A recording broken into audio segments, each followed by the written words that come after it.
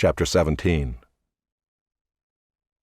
My spirit is broken, my days are extinct, the graveyard is ready for me.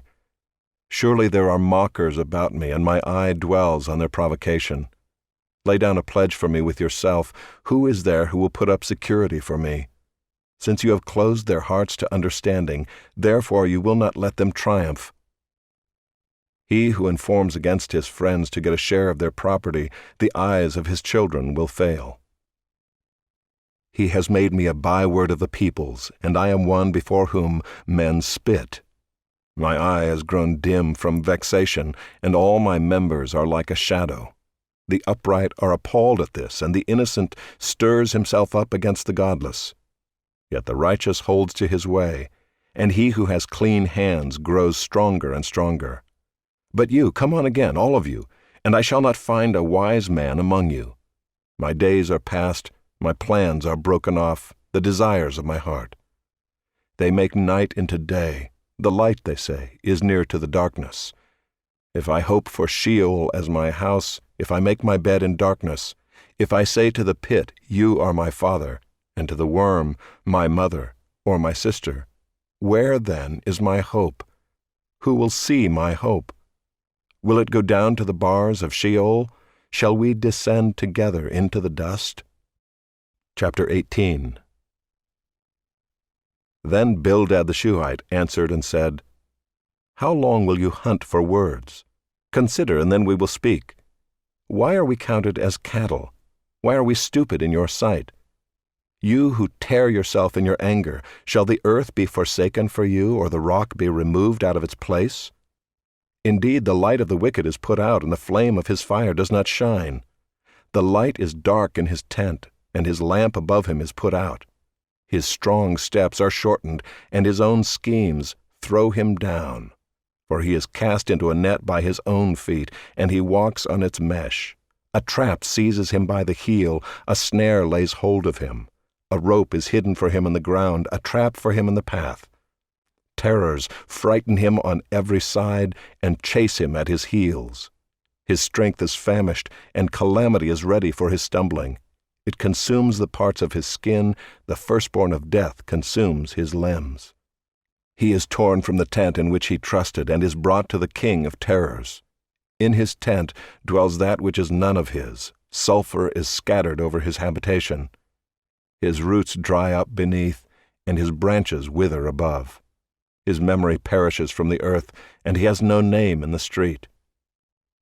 He is thrust from light into darkness, and driven out of the world. He has no posterity or progeny among his people, and no survivor where he used to live. They of the west are appalled at his day, and horror seizes them of the east. Surely such are the dwellings of the unrighteous. Such is the place of him who knows not God. Chapter 19. Then Job answered and said, How long will you torment me and break me in pieces with words? These 10 times you have cast reproach upon me. Are you not ashamed to wrong me? And even if it be true that I have erred, my error remains with myself. If indeed you magnify yourselves against me and make my disgrace an argument against me, know then that God has put me in the wrong and closed his net about me. Behold, I cry out, violence, but I am not answered. I call for help, but there is no justice. He has walled up my way so that I cannot pass, and he has set darkness upon my paths. He has stripped from me my glory and taken the crown from my head. He breaks me down on every side, and I am gone, and my hope has he pulled up like a tree.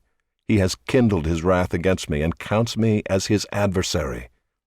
His troops come on together. They have cast up their siege ramp against me and encamp around my tent. He has put my brothers far from me, and those who knew me are wholly estranged from me.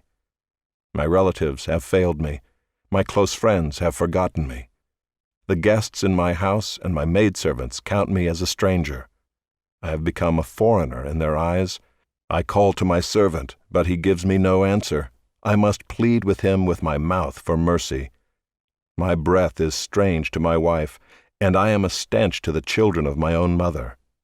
Even young children despise me. When I rise, they talk against me. All my intimate friends abhor me, and those whom I loved have turned against me.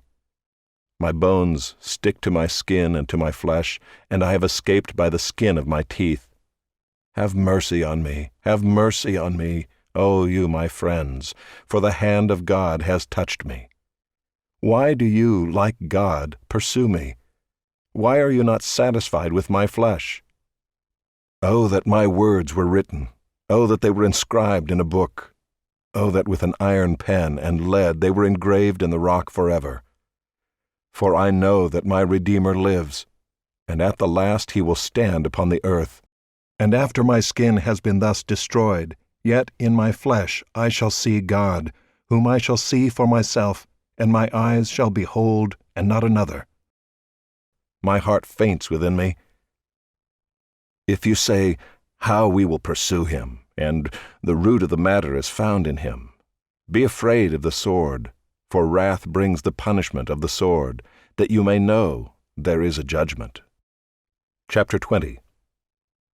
Then Zophar the Naamathite answered and said, Therefore my thoughts answer me because of my haste within me. I hear censure that insults me, and out of my understanding a spirit answers me. Do you not know this from of old, since man was placed on earth, that the exulting of the wicked is short, and the joy of the godless but for a moment?